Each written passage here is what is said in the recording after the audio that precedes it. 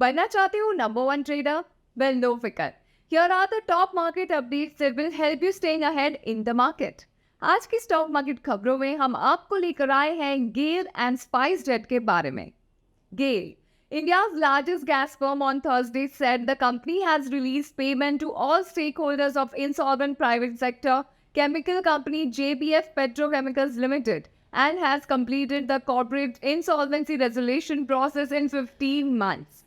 The company, in an exchange filing, said the transaction closure of JBF Petrochemicals is one of the fastest in the history of NCLT in the post-COVID period.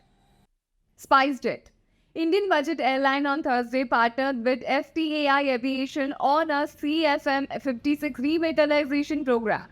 FTAI Aviation, which is an aftermarket provider of engine services, will provide SpiceJet with up to 20 engines for lease, inclusive of maintenance services. The first engines will be used to reactivate SpiceJet's fleet in the upcoming 2-3 months.